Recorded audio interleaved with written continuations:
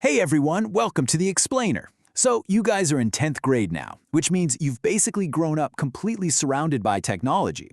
I mean, you probably have a smartphone sitting in your pocket right this very second.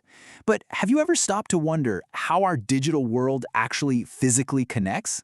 Today, we're pulling back the curtain on the invisible web that surrounds us all. We are going to explore the incredibly cool, totally fascinating world of computer networks and telecommunications. Okay, I want you to picture something. Imagine the exact moment you load up your absolute favorite online multiplayer game. You click start, the screen goes dark for a split second, and suddenly, boom, you're dropped into a virtual world, hanging out with friends who might be sitting all the way across town or, honestly, even across the globe. How does that game data actually reach your screen in literal milliseconds? It's not magic, I promise you. It's an incredibly complex, highly organized day in the life of data journey, and that's exactly what we're going to map out today. So here's our game plan for today. 1. Your connected household devices. 2. How data packets travel. 3. The magic of IP addresses. And 4. Speeds for gaming and learning. All right, let's kick things off with Section 1, your connected household devices. Let's start with what's right in front of us. Just take a second and think about your own home. Okay, let's dive into this. A computer network is, very simply, a group of two or more computers and devices that are connected to share data, resources, and messages. Now, these connections can be made using physical wires, like those chunky Ethernet cables, or completely without wires, using invisible radio waves bouncing from communication towers. It's this massive, continuous web of connectivity that allows us to send texts, stream videos, and yes, play those online games. And you know, it's not just your heavy-duty gaming rig or your school laptop that relies on this network. Our homes are absolutely packed with common connected devices. We're talking smartphones and tablets, obviously, but also smartwatches, home voice assistants, fitness bands, and believe it or not, even modern microwaves. All of these everyday household objects rely on wireless connections to function, share data, and basically just make our daily routines a little bit easier. Now, a huge part of this home ecosystem relies on short-range connections. Think about Bluetooth. It's a wireless technology built into almost all of our modern gadgets. It uses radio waves to share data over short distances without any annoying cables getting in the way. And here's a super cool fact about how it works. It uses a smart method called frequency hopping spread spectrum, or FHSS. Basically, it constantly changes the frequency it uses. It's kind of like rapidly switching radio stations to avoid traffic jams, which is exactly what makes the connection to your wireless earbuds so incredibly reliable while you're studying. Moving right along to Section 2, how data packets travel. So, we have our devices connected, but what actually happens when you hit download on a massive 50-gigabyte game update? Let's zoom in from the macro view of your house all the way down to the microscopic digital level. When we send or receive information over a network, it's not sent as one giant heavy brick of data. No way. Instead, it gets broken down into small, highly efficient parts called data packets. These packets travel across the network independently and are then seamlessly put back together at the destination. It all happens in 3 simple steps. First, the info is chopped into those tiny pieces. Second, the packets travel across the network. And third, they're reassembled.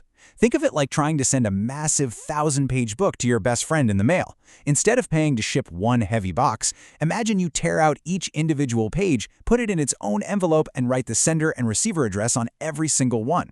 Even if the mail carrier takes totally different routes for different envelopes, your friend can just put them back in order by reading the page numbers once they all arrive. That is exactly how your game updates ensure they reach the right place incredibly fast. Which brings us to Section 3, the magic of IP addresses.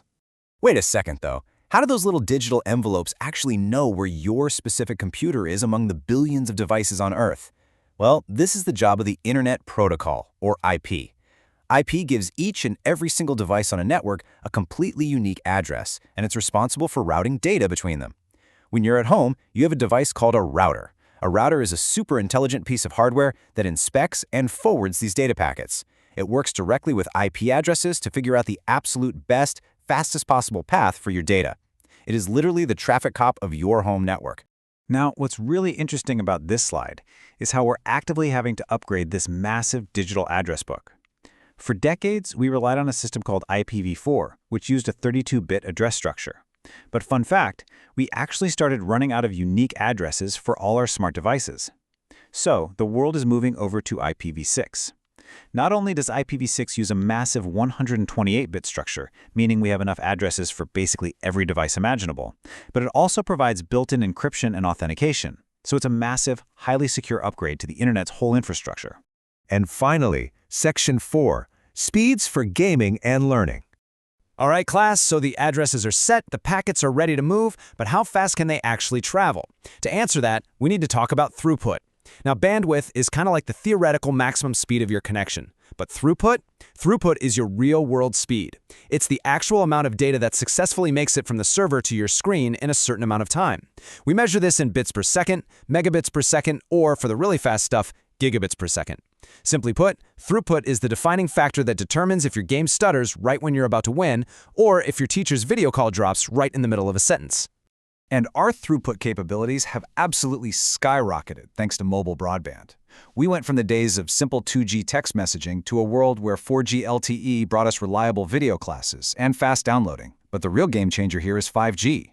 5G offers just incredible speed with almost zero delay, and most importantly, it can connect a ton of devices at the exact same time without slowing down. It works perfectly even in super busy places, giving everyone a rock-solid, stable connection. When you lay it out on a timeline, it is wild to see how fast this happened. Look at this.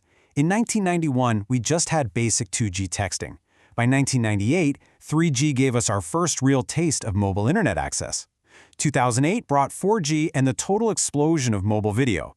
And by 2020, 5G ushered in ultra-high-definition video in entire smart homes. In basically just 30 years, this technological timeline completely transformed how we play, how we communicate, and of course, how we learn. So the big question is, how does 5G actually achieve this? Well, it's all about the frequencies. Think about it, FM radio. It operates between 88 and 108 megahertz. Your home Wi-Fi operates higher, usually between 2.4 and 2.5 gigahertz. But 5G cellular, specifically the mmWave tech, it operates at a massive frequency range of 24 to 100 gigahertz. This incredibly high frequency is exactly what allows for ultra-fast communication, even though it's typically used over shorter distances.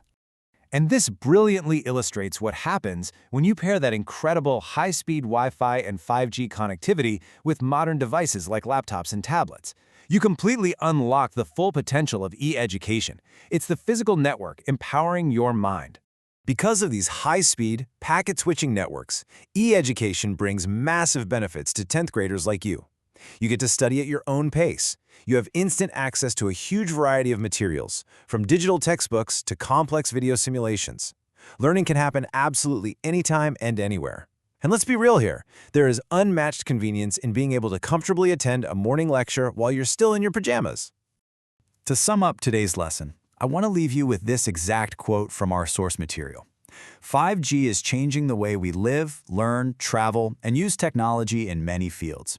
The invisible networks we've discussed today, they aren't just abstract concepts.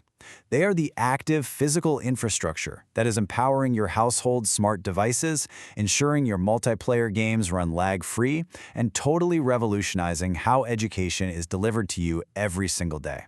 So class, I want to leave you with a final, thought-provoking question to chew on before the bell rings. We've seen how insanely fast we went from 2G text messages to 5G smart homes and high-definition e-learning. As 5G and entirely new networks continue to evolve with faster throughput and smarter data packets, what will the classroom of tomorrow actually look like? Will it even be a physical room at all? Think about it. Thank you so much for joining me for this explainer. Keep asking those big questions, and I'll catch you next time.